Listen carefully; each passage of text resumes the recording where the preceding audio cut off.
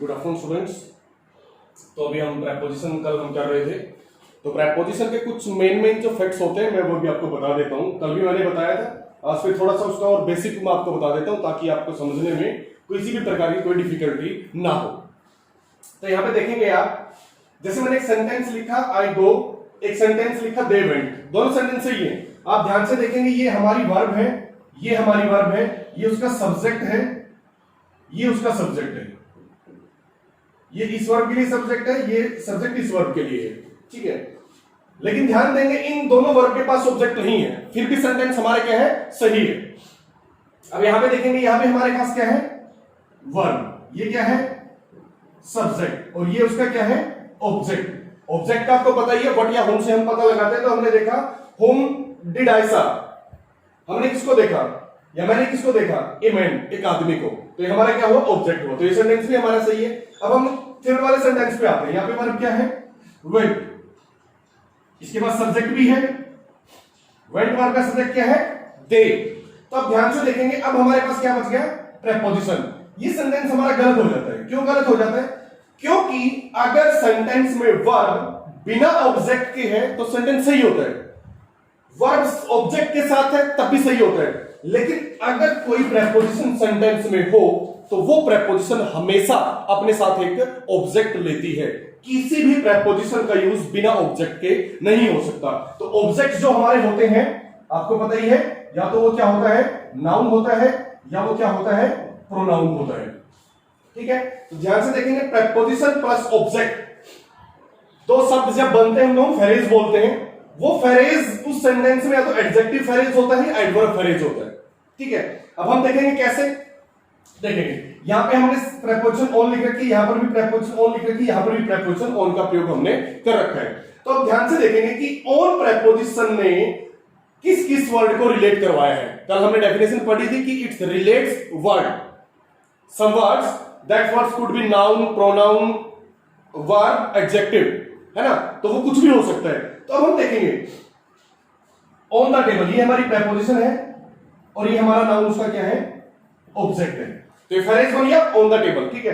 अब इस ऑन ने किससे रिलेट करवाया है ये हमें पता चलेगा। हम देखते हैं लेड वर्ब से, लेड वर्ब से, where we laid the bed, table. तो जो ये ऑन द टेबल है, ये फ्रेज है, किसका रिप्लाई है, वेयर का। और वेयर का रिप्लाई क्या होता है हमेशा, एडवर्ब। तो ये हमारा फ्रेज कैसा हुआ, एडवर्ब फ्रेज हुआ। They overlook the bag on the table, overlook का मीनिंग होता है इग्नोर कर देना। तो which bag did they overlook, किस बैग को उन्होंने ओवरलुक कर दिया, ऑन द टेबल। किसको क्वालिफाई कर रहे हैं, बैग को। विच बैग, विच हमेशा रिप्लाई होता है, जो विच से रिप्लाई आता है वो हमेशा कैसा होता है, एडजेक्टिव होता है। They found the bag lying on the table.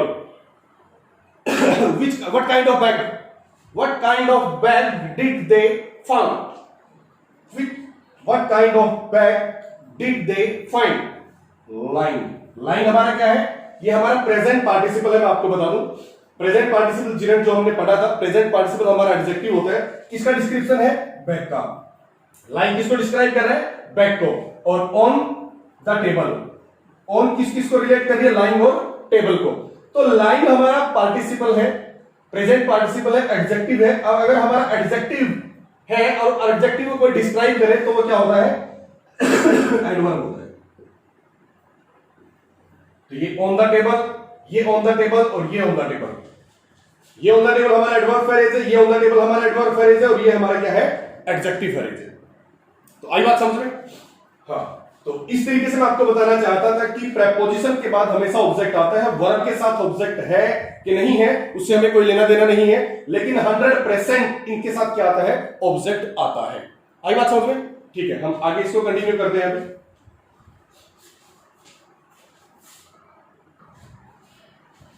ये कुछ एग्जांपल्स ओवर, अंडर, अबव और बिलो के लिए हैं।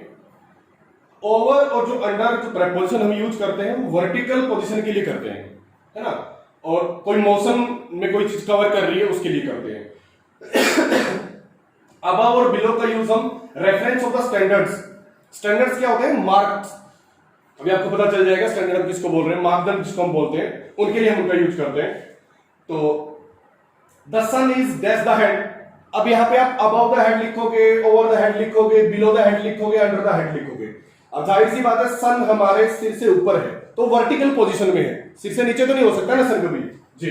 Over the head the water level is dash the danger level. अब जो वाटर का लेवल है एक स्टैंडर्ड होता है, आप सभी को पता है, यहां पे एक स्टैंडर्ड मार्क कर दिया जाता है कि डेंजर लेवल है। पानी इससे ऊपर भी हो सकता है, इससे नीचे भी हो सकता है, तो यहां पे हम किसका यूज करेंगे, अबव और बिलो दोनों चाहिए। अबव का भी यूज कर सकते हो, बिलो का भी यूज कर सकते हो, ठीक है ना। हाँ ये स्टैंडर्ड है, इसी की बात कर रहा था, रेफरेंस ऑफ द स्टैंडर्ड्स, जहां पे स्टैंडर्ड्स दे दिए जाते हैं, ठीक है, कि इतना हो तो उससे ऊपर है या उससे नीचे है, ठीक है। इसलिए this place is 300 metres dash the sea, 300 metres sea से ऊपर भी हो सकता है और सी से नीचे भी हो सकता है, ये भी एक हमारा क्या है, स्टैंडर्ड है। तो यहां पर भी अबव और बिलो का हम यूज करेंगे।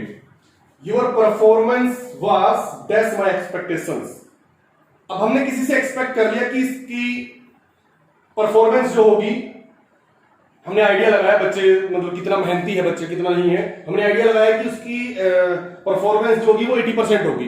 अब वो 80% हमने क्या बना दिया, एक स्टैंडर्ड बना दिया। अब परफॉर्मेंस उसकी 80 से ऊपर भी जा सकती है, 80 से नीचे भी रह सकती है। तो सेम हियर अबव और below. There is a bridge dash the river, अब जो ब्रिज होता है उसका कोई स्टैंडर्ड नहीं होता, कभी नदी के नीचे ब्रिज देखा है, नहीं देखा है। और दूसरी बात, ब्रिज जो होता है वो उसको क्या कर लेता है, कवर कर लेता है, ठीक है। तो ओवर आएगा। There is a cat dash the table, below the table नहीं हो सकता, ओवर द टेबल नहीं हो सकता, हमेशा क्या होगा, अंडर द टेबल। यहां पे हम लिख भी सकते हैं there is a cat on the table, on the table हो सकता है लेकिन ओवर नहीं हो सकता, ध्यान रहे इस बात का, ओवर हम यूज नहीं करेंगे। ओवर होता है या तो मोशन में किसी चीज को कवर किया जाए, ठीक है, या फिर वर्टिकल पोजीशन हमारे सिर से, मतलब वर्टिकल जब भी हम यूज करते हैं किसी भी चीज के लिए, वर्टिकल हाइट्स के लिए, तो हम ओवर का यूज करते हैं। The lady laid a sheet dash the sleeping child, ध्यान से देखेंगे यहां पे लिखा स्लीपिंग, जो पीछे क्लास में होता है उसको रिवाइज करते रहा करो, इसलिए बोलता हूं कि आगे जो भी मैं पीछे पढ़ाता हूं वो सब चीजें आगे काम आती हैं। स्लीपिंग यहां पे क्या है, प्रेजेंट पार्टिसिपल है, किसके लिए बता रहे हैं, चाइल्ड के लिए बता रहे हैं। कैसा बच्चा, सोता हुआ बच्चा। अब जब आप कोई भी सीट, कोई भी चद्दर, कोई भी रजाई बच्चे के ऊपर डालते हो तो वो चीज मोशन में काउंट की जाती है। अब मोशन के लिए अगर कोई चीज कवर कर रही है तो उसके लिए क्या आता है, ओवर या अंडर। यहां पे क्या आएगा, ओवर। तो कुछ एग्जांपल्स थे ओवर, अंडर, अबव, बिलो के लिए, ठीक है। अभी हम आगे करेंगे अक्रॉस और थ्रो।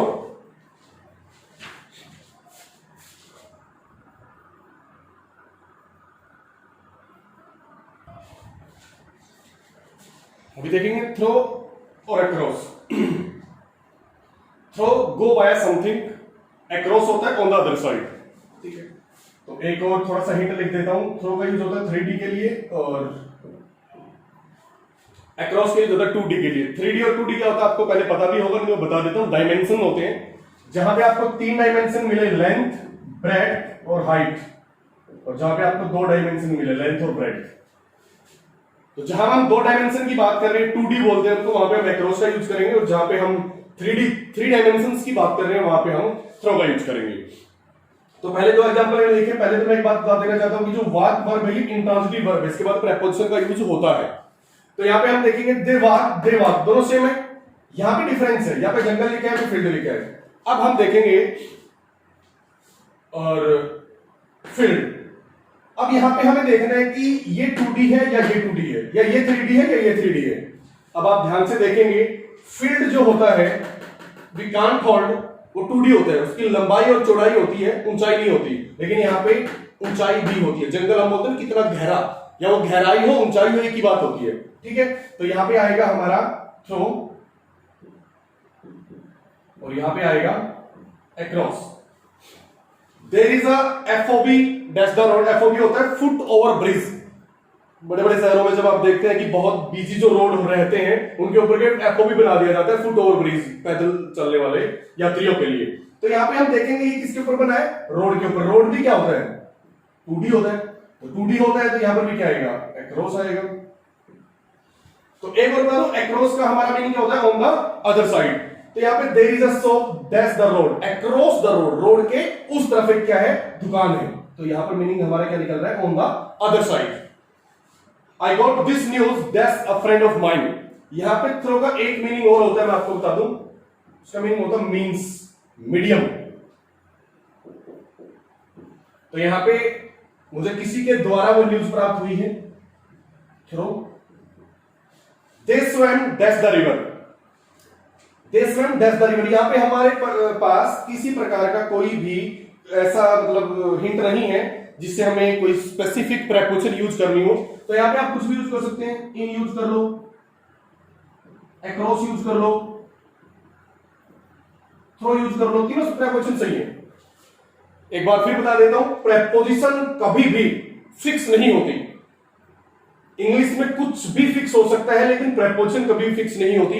प्रेपोजिशन हमेशा सेंटेंस के कॉन्टेक्स्ट पे डिपेंड करती है कि हम कहना क्या चाहते हैं, ठीक है। तो हम किसी भी प्रकार की कोई भी प्रेपोजिशन यूज कर सकते हैं। हाँ, अगर हम ये सिर्फ ये माने कि थ्रो और अक्रॉस में से यूज करना है तो वहां पे हम उसका कॉन्टेक्स्ट देखेंगे कि थ्रो आएगा या क्रॉस आएगा। लेकिन अगर हमें कोई भी प्रेपोजिशन यूज करनी हो, हमारे पास बहुत सारी प्रेपोजिशन होती हैं, तो ऐसा हम कोई भी प्रेपोजिशन यूज कर सकते हैं, वो फिक्स नहीं होती। लेकिन ये हिंट बताया मैंने, थ्रो 2D के लिए होता है, क्रॉस 2D के लिए होता है और थ्रो 3D के लिए होता है। तो इनसे आप, इन हिंट्स की मदद से आप आपके जो ब्लैंक्स है वो फिल कर पाएंगे। तो आई होप आपको सबको समझ में आया होगा। अगर किसी को कोई चीज समझ में ना आए तो पर्सनली मेरे को मैसेज करें। और एक बात फिर बता देते हैं, स्टूडेंट्स बहुत कम, बहुत few students revert me on my WhatsApp.